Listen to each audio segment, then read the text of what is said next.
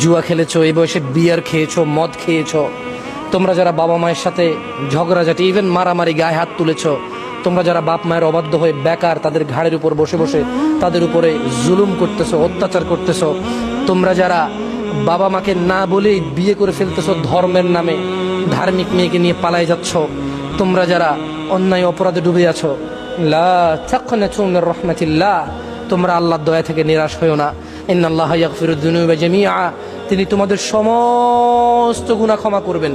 মনে রাখবা আমার দিনী ভাইরা, আল্লাহ সুবহানাহু ওয়া তাআলা যদি তোমাকে 5 কোটি বছর হায়াত দেয়, আর এই পৃথিবীতে যত অন্যায় অপরাধ যার নাম তুমি শুনোনি, যা তুমি কাউকে করতে দেখোনি, যার কোনো হিস্ট্রি ইতিহাস নাই অথবা ভবিষ্যতে সম্ভাবনা নাই, তোমাকে যদি এই ধরনের অন্যায় করার জ্ঞান আল্লাহ দিয়ে দেয়, তুমি যদি 5,000 কোটি বছর হায়াত পাও আর 5,000 কোটি বছর পৃথিবীর যত অন্যায় আছে সমস্ত অন্যায় করো, মনে রাখবা তোমার রবের সামনে তুমি এমন কোন অন্যায় উপস্থিত করতে পারবা না যেটা তিনি ক্ষমা করতে অক্ষম,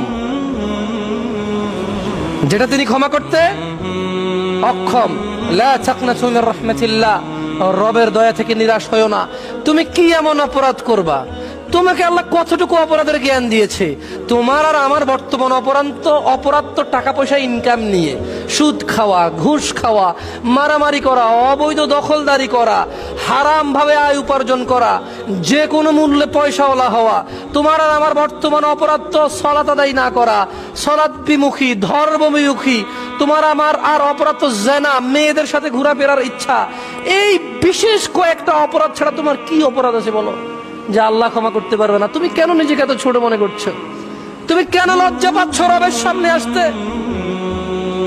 তুমি লজ্জা পেও না, তুমি লজ্জা পেও না। কিয়ামতের দিন তুমি জমিন থেকে আকাশ সমান যদি তোমার গুনাহ থাকে, তুমি পৃথিবীতে বেঁচে থাকা অবস্থায় তুমি যদি আল্লাহর কাছে ক্ষমার জন্য যাও, আল্লাহ জমিন থেকে আকাশ পর্যন্ত তোমার জন্য ক্ষমা নিয়ে আসবে তোমার সামনে। তুমি শুধু শিরিক করিও না।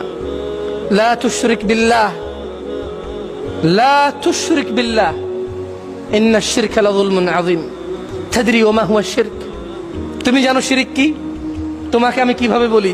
তোমাকে মাইজ ভান্ডারের কথা বললে তুমি রাগ করো, তোমাকে চরমনার কথা বললে তুমি রাগ করো, তোমাকে আটরশির কথা বললে তুমি রাগ করো। বলো তো, তোমার বউয়ের বিছানায় তোমার বউয়ের আপন মামাতো ভাই, তোমার বিয়ে হয়েছে 2 বছর না 20 বছর হয়ে গেছে, তোমার বউ আর তোমার বউয়ের মামাতো ভাই একলা বিছানায় শুয়ে আছে, তুমি সহ্য করবা? তুমি সহ্য করবা? তোমার মেয়ে তোমার সামনে যুবতী হয়েছে, একটা যুবক ছেলে নিয়ে বিছানায় শুয়ে আছে, উল্টাপাল্টা কাজ করতেছে না, তুমি সহ্য করবা? তোমার যদি এতটুকু গয়রত থাকে, তোমার যদি এতটুকু ইজ্জত থাকে, তোমার বয়স 65, তোমার বউয়ের বয়স 55, বিছানায় তোমার বউয়ের সাথে অন্য পুরুষকে দেখে যদি তোমার এত গা জ্বলে, 8টা বাচ্চা দিয়েছে মহিলা তোমাকে, এক একটা বাচ্চা ডাক্তার, ইঞ্জিনিয়ার, এক একটা বাচ্চা বড় আলেম ওলামা, এত বড় নিয়ামতে সে তোমাকে সহযোগিতা করেছে, 55 বছর বয়সে তোমার বউয়ের বিছানা অন্য কাউকে দেখলে তুমি সহ্য করবা? আর তোমাকে আমি মাইজ ভান্ডার, আটরশি, ফুরফুরা, অলিপ, তিলিপ, গাঁজাখড়ি, বদনাশা, কাউয়াশা, ঘোড়াশা নিয়ে বললে তুমি রাগ করো, তুমি মনে করো আমি অহংকার করেছি। না, আমার কি দরকার আছে বলো? মনে রাখবা, শ্রদ্ধা ইবাদত হিসাবে শ্রদ্ধাকার, ইবাদত হিসাবে ভক্তিকার যিনি আমাদের, আমরা যদি ভক্তি না করি আমাদের ক্ষতি করতে পারে উনি কে? আমরা যদি ওনাকে ভক্তি করি আমাদের উপকার করতে পারে উনি কে? আমরা যদি ভয় পাই আমাদের কাজে আসবে উনি কে? আমরা যদি বেয়াদবি করি আমাদের ধ্বংস করবে উনি কে?